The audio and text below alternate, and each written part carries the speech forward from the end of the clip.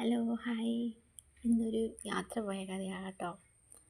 ഞങ്ങൾ കൊച്ചിയിലേക്കാണ് യാത്ര പോയത്. എൻ്റെ സിസ്റ്ററിനെ കൂട്ടാൻ വേണ്ടി പോയതാണ് കേട്ടോ.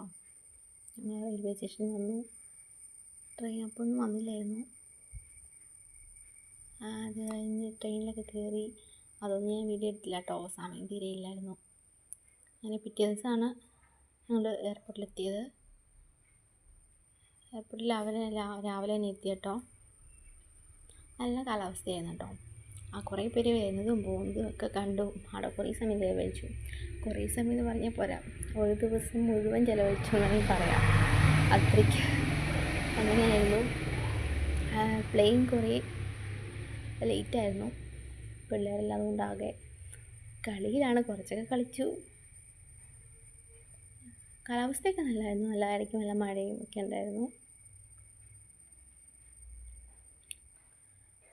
7:30 എത്തുമെന്ന് പറഞ്ഞ ആളാണ്. പക്ഷേ അവിടെ എത്തിയപ്പോൾ വല്ലാതെ കാലാവസ്ഥയൊക്കെ കാരണം, മഴയൊക്കെ കാരണം വന്നില്ല. കുറേ ലേറ്റായിപ്പോയി. അങ്ങനെ ഒരു ദിവസം ഫുൾ ഞങ്ങൾ എയർപോർട്ടിലായിരുന്നു. അങ്ങനെ കുറേ കാഴ്ചകൾ കണ്ടു.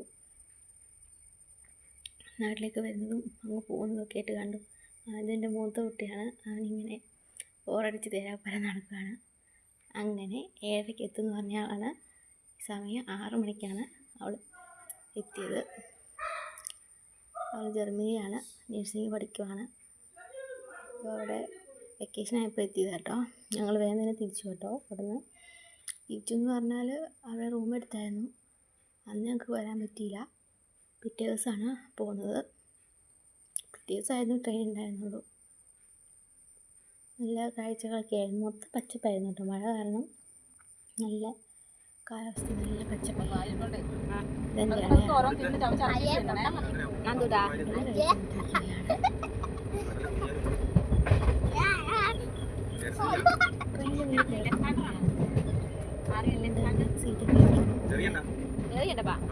എൻജോയ്മെൻ്റ് ആയിരുന്നു.